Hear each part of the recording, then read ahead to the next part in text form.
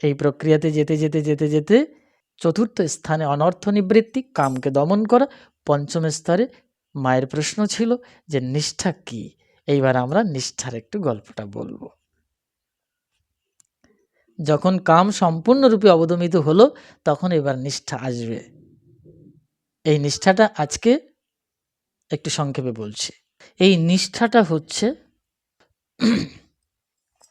এই নিষ্ঠাটা যখন আসছে তখন তার রতি শান্ত হচ্ছে।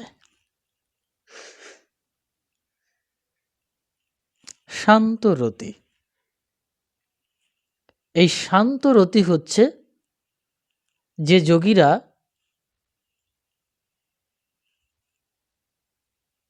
সমাধির কথা বলে না, সমাধি, যম নিয়ম আসন প্রাণায়াম ধ্যান ধারণা প্রত্যাহার ধ্যান ধারণা ও সমাধি। এই সমাধি স্তরের দুটো ভাগ আছে, একটা নির্বিকল্প সমাধি আর একটা হচ্ছে সবিকল্প সমাধি।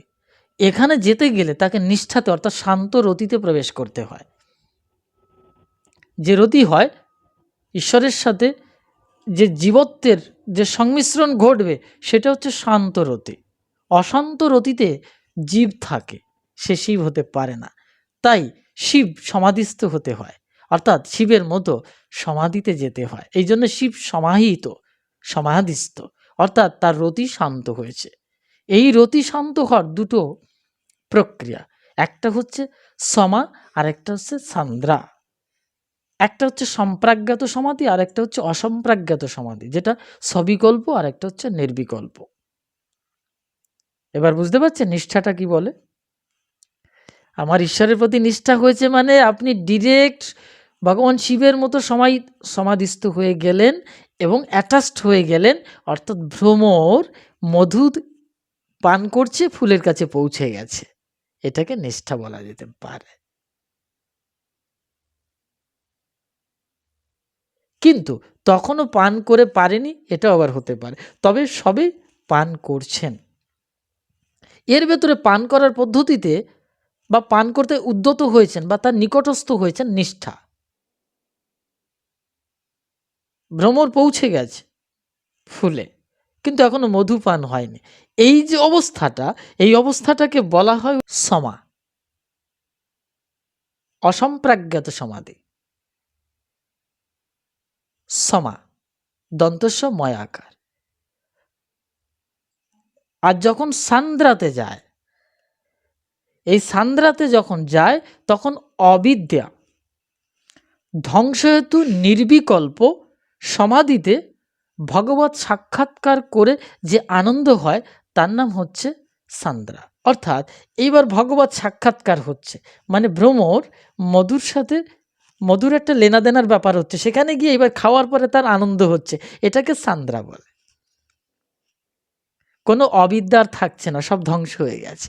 অবিদ্যা মানে কোনো ধরনের জড়তা, মায়াবোধ, অজ্ঞানতা, দেহবোধ কোনো কিছুই নেই। অপ্রাকৃত কাম, জাগতিক কোনো সেন্সেশন কিচ্ছু নেই সেখানে। শুধুই আছে ঈশ্বরের দর্শন হয়ে যাওয়ার পরে এবার সেই মধুকে পান করছে, চরণামৃত পান করছে, তখন তার আনন্দ হচ্ছে। এই অবস্থাকে সান্দ্রা অবস্থা, এটা শান্তরতি বলা হয়।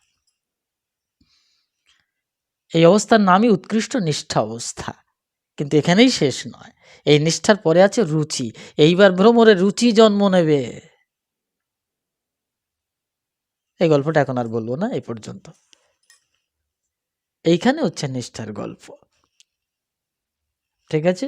একমাত্র ঈশ্বরের প্রেমামৃত ছাড়া সেই ভক্ত আর কিছুই পান করতে চাইবে না। আর তার কাছে পান করবার, অন্য কিছু পান করবার প্রশ্নই আসে না, কারণ সে যা পান করছে সব কিছুতে ঈশ্বরের অমৃত, চরণামৃত পান করছে। ইয়াই হচ্ছে ভগবান শিব শঙ্কর বিষকে পান করে অমৃত পরিণত করা। যেখানে আর বিষ নেই, এবার অমৃত। এই জন্য তিনি নিঃসংকোচে বিষ পান করেছিলেন। কিন্তু আপনার আমার বোধের ভেতরে বিষ আছে, সুখবোধ আছে, দুঃখবোধ আছে। এই নিষ্ঠাতে গেলে সুখ দুঃখবোধ কিছুই থাকবে না। এই অবস্থার নাম শান্তরতি, শান্ত অবস্থা। এইটা বৈষ্ণবীয় বা আমাদের যে তন্ত্রশাস্ত্রের যে দিক নির্দেশনা, প্রাচীনকালের মহা ত্রিপুরা সুন্দরীর রসাত্মক বোধের যে গল্প বা রাজতন্ত্রের যে গল্প, রাস ও উল্লাসতন্ত্রের যে গল্প, যেটা ভাগবতীয় সিদ্ধান্ত, সেই পৌরাণিক তত্ত্বের ভেতরে দেখা যায় রসকে ৫ ভাগে ভাগ করা হয়েছে, যেটা বিশেষভাবে গৌড়ীয় বৈষ্ণবগণ এই বিশেষগুলো ভাবে বলেন এবং তারা একচেটিয়া নিজেদের অধিকারে রাখার চেষ্টা করেন। এটা অধিকারের ব্যাপার নয়, মানে এটা জাতীয়তার ব্যাপার না, এগুলো হচ্ছে কোনো সাধক যে অধিকারে পৌঁছাবে তিনি তার অধিকারী হবেন বা অধিকারিণী হবেন। কি? প্রথম হচ্ছে শান্ত রস, তারপরে দাস্য, তারপরে সাক্ষ্য, তারপরে বাৎসল্য, তারপরে মধুর। এই মধুর হচ্ছে আনন্দঘন রস, যেটা হচ্ছে স্বামী স্ত্রীর সম্পর্ক, যেখানে শুধু রসাত্মক আনন্দের বিষয়বস্তু। বাৎসল্য পিতামাতা বা সন্তানের যে সম্পর্ক, ঠিক আছে। তার পূর্বেরটা হচ্ছে কি, কি বললাম? শান্ত, দাস্য, সখ্য অবস্থা, মানে বন্ধু মিত্রতার সম্পর্ক, আপনার আমার সঙ্গে মিত্রতার সম্পর্ক, একই ক্লাসমেট, একটা ভালো সম্পর্ক। ভগবানের সাথে এই মিত্রতার সম্পর্ক। পূর্বেরটা হচ্ছে দাস্য, বললাম তো দাস্য, হ্যাঁ। দ্বিতীয় দাস্য মানে হচ্ছে চাকরভাবে থাকা, আপনি আমার মালিক, আপনার বাড়িতে আমি কাজ করি, কিন্তু আমার ভালো সম্পর্ক রয়েছে, এক অদ্ভুত ব্যাপার। তিনি প্রভু, আমি তার দাস, এই অবস্থায় থাকেন যিনি। তারপরে প্রথম হচ্ছে এবার যে প্রথম যে রস, সেটা হচ্ছে শান্ত রস। এই শান্ত রসটা হচ্ছে যেটা শ্রদ্ধা মিশ্রিত। ভগবানের সাথে ভক্তের সম্পর্ক শ্রদ্ধার সাথে সম্পর্ক। ওরে বাবা, উনি ভগবান, উনি ভগবান, ভয় পাবা, একটা শ্রদ্ধা ভাব থাকবে, একটা ভয় মিশ্রিত শ্রদ্ধা ভাব থাকবে। দ্যাটস কল ইংরেজি, ইন ইংলিশ ওয়ার্ড ওয়া, AWE, ভয় মিশ্রিত শ্রদ্ধা। বুঝে গেছে? এটা হচ্ছে শান্ত রস। এই সেই শান্ত ভাবের ভেতরে এই যে নিষ্ঠাতে দুটো রসের গল্প দিয়েছি পঞ্চম স্তরে, এই সেই শান্ত ভাব। এই শান্তর পরে গিয়ে এবার দাস্যে উঠবে যোগী, ভগবানের সাথে এবার দাস্যভাবে খেলা করবে। কিন্তু আলটিমেট যে দাসের কথা বলা হয়েছে, সে দাস কিন্তু এটা নয়। ওই আনন্দঘন রসামৃত পান করার পরে গিয়ে যোগী আবার দাস হয়ে যায় ইচ্ছা করে, তার নাম নিত্য পুরুষোত্তম পুরুষ বলা হয়। এই নিত্য পুরুষদের ভেতরে অনেক ফারাক আছে, এসব গল্প আর নয় এই পর্যন্ত।